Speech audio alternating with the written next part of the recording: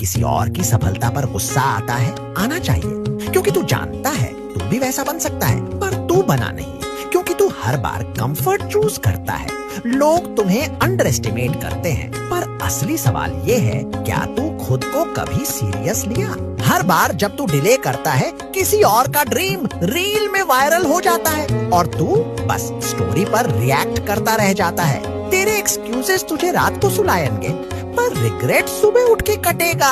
या तो आज उठ जा और उन सबको चुप करा दे जो तेरी काबिलियत पे हंसते थे, या फिर बस जिंदगी भर उन्हें देखते रहे जो तेरे जैसे थे।